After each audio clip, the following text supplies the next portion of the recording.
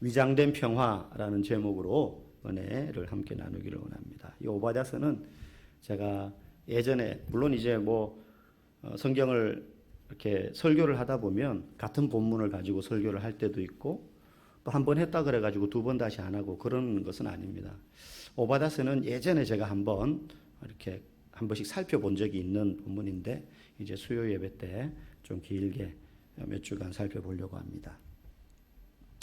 여러분 주변에 살다 보면 가시 같은 이웃들이 항상 있습니다. 가시 같은 이웃. 어떤 표현인지 아시겠죠? 그냥 이유도 없이 때로는 어떤 뿌리 깊은 관계가 부정적으로 맺어져서 안 보지는 못하고 매일 봐야 되는데 너무 불편한 관계. 근데 보통 그런 관계는 저 멀리 떨어져서 1년에 한번 볼까 말까 한 그런 사람은 아닙니다. 그런 사람은 잘 안 보니까 그렇게 불편할 리는 없죠. 여러분 중에 혹시 김정은이 요즘 계속 미사일 쏘는데 그것 때문에 김정은이가 나한테 내 마음에 가시와 같은 존재다. 혹시 그런 불편함 느끼는 분 있습니까? 그렇지 않습니다. 약간 요즘 왜 이러지? 세상이 이 정도지. 개인적으로 그 사람 때문에 내가 마음이 힘들고 그렇지 않습니다. 보통 내게 가시 같은 이웃은 가까이 있는 사람이에요. 가족이 될 수도 있고 친구가 될 수도 있고 직장에서 매일 만나는 사람이 될 수도 있습니다. 상사가 될 수도 있고 그런 가시 같은 이웃이 없는 사람은 거의 없는 것 같아요. 다 있습니다. 나라를 보더라도 그렇습니다. 사람끼리도 그렇고요. 세계 역사를 보더라도 주로 국경을 접하고 있는 나라들이 서로 가시 같은 이웃이 됩니다. 친하게 잘 지내면 좋은데 역사적으로 국경을 맞대고 사이좋은 국가가 없었어요. 영국과 프랑스와 독일을 보더라도 국경을 이렇게 위아래로 맞대고 있지 않습니까? 근데 역사적으로 이 독일과 프랑스는 사이 좋은 적이 없었습니다. 늘 으르렁거리고 싸우고 왕권을 찬탈하고 그냥 그런 역사를 지니고 있어요. 대신에 이제 바다 건너 한 다리 건너 있는 영국은 필요에 따라서 프랑스에게 붙었다가 독일에게 붙었다가 하면서 이권을 이제 많이 챙겼죠. 어떻게 보면 얄밉지만 그게 어쩔 수 없는 국제관계 아니겠습니까? 우리도 마찬가지입니다. 우리나라 주변에 있는 그 거대한 강국들, 중국, 러시아, 또 밑으로는 일본, 다 우리하고 이웃 나라지만 친한 나라는 하나도 없습니다. 역사적으로. 우리는 맨날 당했잖아요. 그러니까 내가 당한 건 아닌데 역사전에 때로는 몇백 년, 일본 같으면 이제 근대지만은 중국이나 러시아 같은 경우는 오래전 내 기억 속에는 없지만 뭔가 이렇게 마음에 불편해요. 저런 나라들 좀 싫다, 안 좋다. 이런 마음이 우리나라 사람들 속에 있습니다. 다 그런 게 있다는 거예요. 근데 이스라엘도 역사 가운데 그런 민족이 있었습니다. 그게 바로 오늘 본문에 나오는 에돔이라는 족속입니다. 에돔은 지금은 이제 에돔이라는 나라는 없죠. 이 당시 성경 시대에 구약 시대에 팔레스타인, 그러니까 이스라엘 유다 왕국이 이렇게 있으면 그 밑에 붙어 있는 게 에돔이에요. 그러니까 남쪽으로 국경을 마주하고 있는 족속이 에돔 족속이었습니다. 오늘 이 오바댜는 선지자 이름입니다. 이 오바댜서가 누구를 향하여 하나님의 묵시를 전하느냐 하면 그 대상이 에돔이에요. 여러분 좀 재밌죠? 보통 성경은 하나님께서 선지자들을 통해서 이스라엘 민족, 히브리인들, 유대 민족을 향해서 전하는 메시지가 대부분이거든요. 사실 그렇습니다. 그런데 몇몇 성경, 요나서 같은 경우 니느웨를 향하여서 외친 거 아닙니까? 그죠? 아수르의 수도잖아요. 그리고 이 오바댜서는 에돔 족속을 향하여서 외친 메시지예요. 그래서 오바댜서의 주인공은 에돔입니다. 말하는 자는 오바댜이지만 이 에돔은 누구의 후손이냐면 에서의 후손입니다. 여러분 에서가 누굽니까? 야곱의 형이잖아요. 이삭의 두 아들 야곱과 에서가 있는데 에서가 맞이고 야곱이 그 뒤에 태어난 둘째입니다. 그런데 그 관계를 우리가 잘 알고 있습니다. 에서는 야곱을 참 힘들어하고 싫어하고 미워했던 애증의 관계입니다. 어릴 때부터 형을 속이고 형이 받아야 될 장자권을 가로채서 도망갔던 사람 아닙니까? 그러니 에서 입장에서는 그것 자체도 괘씸한데 늘 마음속에 어떤 마음이 있냐면 자기가 야곱보다 힘도 세고 더 사나이답고 거기다가 맞이고 아버지가 더 사랑을 했어요. 엄마는 야곱을 사랑했지만 당연히 장자로서 믿음직하고 듬직한 에서를 아버지 이삭은 더 사랑했단 말이죠. 그래서 당연히 뭐 순리를 따라서도 그렇지만은 자기가 장자의 축복을 다 받았어야 되는데 어찌됐든 그 아버지의 복과 축복이 다 누구에게로 갔습니까? 동생 야곱에게로 갔습니다. 뭐 야곱이 꼼수를 부렸던 에서가 그걸 소홀히 여겼던 어쨌든 그냥 보더라도 야곱에 비하면 에서가 그 축복을 다 받을 만한 사람이었지만 결과는 그렇게 됐어요. 그래서 에서는 평생 야곱에 대한 미움과 또 뭔가 막연한 두려움, 자기도 눈에 보이거든요. 하나님이 야곱을 뭔가 편애하는 것 같다. 그러니까 뭔가 막연한 이 야곱을 볼 때 생각하는 그런 두려움 같은 게 있었습니다. 미움의 마음과 함께. 모르겠어요. 그런 에서의 마음이 후손들에게도 전해졌는지 그런 역사적인 전통 때문에 그런지 모르겠지만 이 에서의 후손들인 에돔 족속도 늘 이스라엘 백성들을 미워하면서 이스라엘에게는 가시 같은 역할을 하는 민족으로 계속해서 공생하고 공존하고 있었어요. 사실 에돔은 우리가 이제 이 오바댜서를 통해서 계속해서 몇 주 동안 살펴보겠지만 굉장히 탁월한 나라입니다. 특히 이스라엘보다는. 모든 면에서 여러 조건을 가지고 있어요. 좋은 조건을 가지고 있었어요. 장점이 많아요. 가장 큰 장점이 뭐냐면 이 이스라엘보다 훨씬 먼저 나라를 구성했다는 거예요.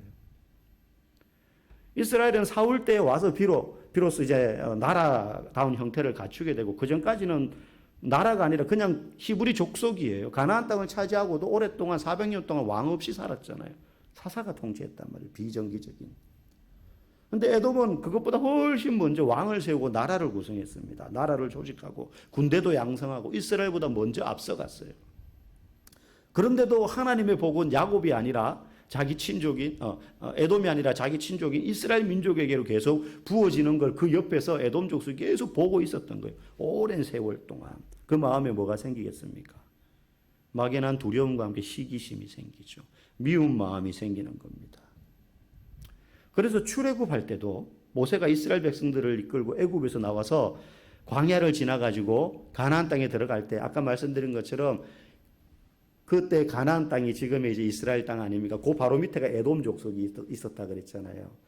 지나가야 되는데 에돔 족속이 길을 안 열어줘요. 그러면 이렇게 돌아서 요단강 건널 필요 없이 바로 직진해서 들어갈 수 있는데 에돔 족속이 길을 안 내준단 말이죠. 왜? 미우니까. 미운 거예요. 그 이미 아브라함 때부터 그런 역사와 전통을 가지고 있으니까. 그런 민족이 에돔이었어요. 오늘 본문의 배경은 어떤 시대냐면 이스라엘이 바벨론에게, 그러니까 유대 왕국이 바벨론에게 멸망당하고 난 다음에 포로로 끌려간 다음에, 그러니까 유대라는 나라는 없어요 지금 이제. 그런데 에돔이라는 나라는 여전히 존재하고 있었습니다. 이스라엘이 망해서 포로로 끌려가는데 그걸 누가 다 봤어요? 에돔이 그 밑에서 다 본 거예요 이제. 그 눈에 가시 같은 에돔 입장에서는, 이스라엘 입장에서는 에돔이 가시 같지만 어쨌든 서로. 근데 그걸 보면서 에돔이 너무 좋아하는 거예요. 경상도 말로 꼬방시다 이러면서 꽃이다 그거.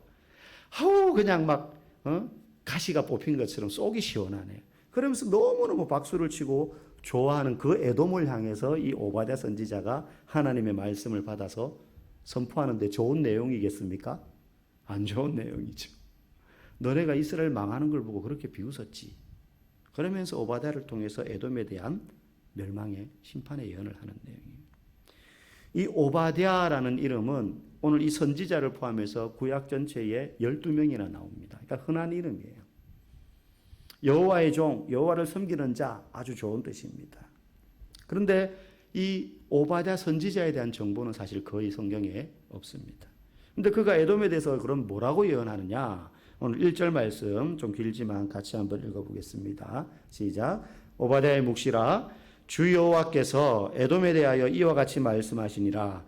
우리가 여호와께로 말미암아 소식을 들었나니 그 사자가 나라들 가운데에 보내심을 받고 이르기를 너희는 일어날지어다. 우리가 일어나서 그와 싸우자 하는 것이니라. 아멘. 하나님이 사자, 전령을 온 나라에 보내가지고 너희들 다 일어나서 에돔하고 싸우자. 그렇게 하신다는 거예요. 내용 길지만 하나님이 전령들을 다 보내가지고 에돔 주변에 있는 나라들을 다 일어나가지고 에돔하고 싸워라. 그래서 2절에 보니까 이런 구절 나옵니다. 읽어봅시다. 시작.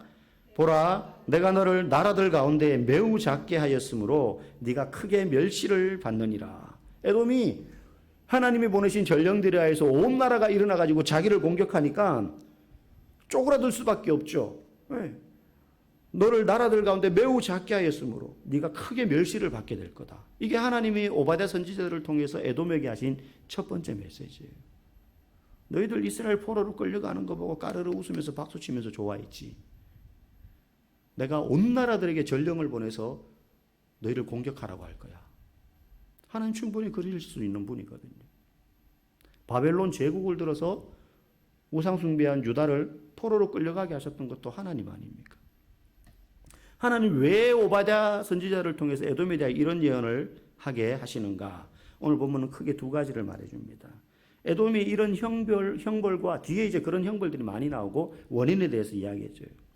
그렇게 멸망을 당하게 되는 첫 번째 이유는 3절 말씀 보면 이런 표현이 나와요. 너의 마음의 교만이 너를 속였도다.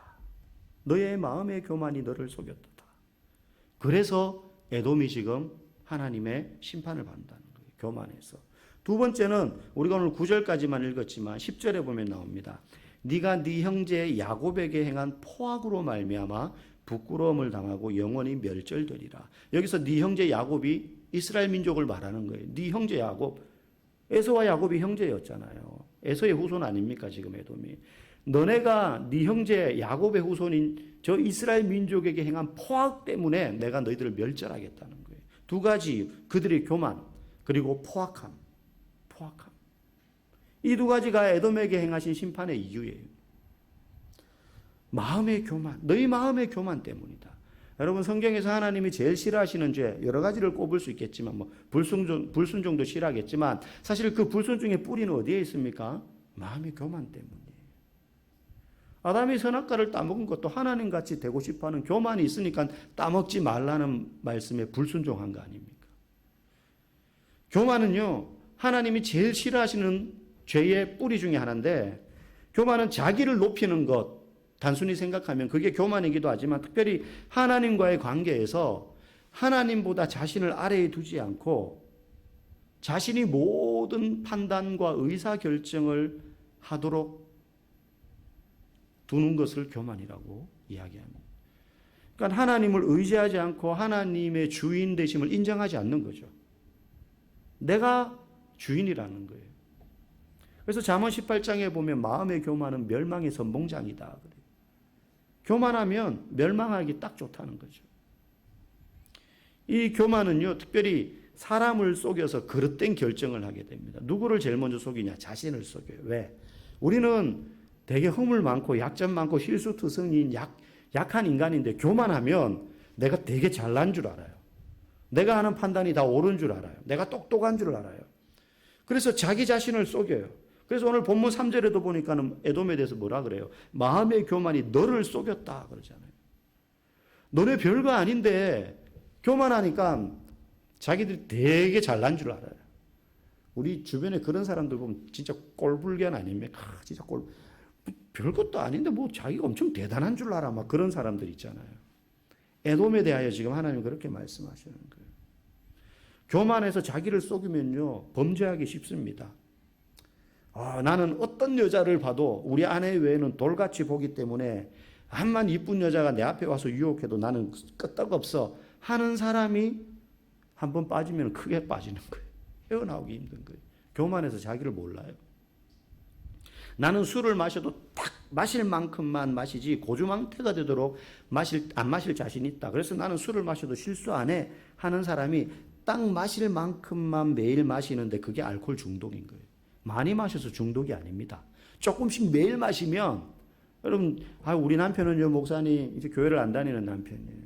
많이 먹지는 않은데 퇴근해서 오면 꼭 저녁 먹을 때 반주 한 잔씩 먹어요. 그게 30년째가 됐으면 그게 알코올 중독인 거예요. 못 끊어요 그 사람은. 저녁 때 술이 없으면 밥을 못 먹는 거예요. 실수를 하느냐 술 먹고 고주망태가 되느냐 그거는 문제가 아니에요. 교만하면 자신을 과신하게 돼요. 속인다는 거예요. 스스로를. 그러므로 모든 성도들은요. 겸손으로 허리를 동이고 심령이 가난한 자가 되어야 되는 거예요. 여러분, 심령이 가난하다는 게 겸손하라는 뜻입니다.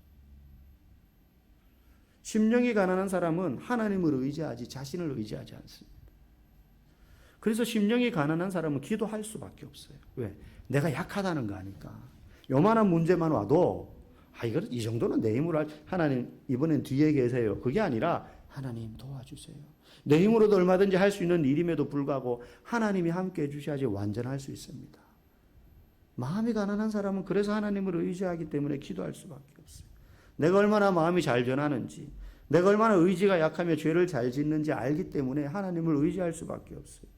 하나님을 그 마음의 주인으로 두기 싫어하는 사람은요, 마치 자신이 주인이 되어서 살아가기 위해서 애쓰는 그런 삶을 살아갑니다. 그래서 교만은 하나님 앞에서 무서운 죄가 되는 것입니다.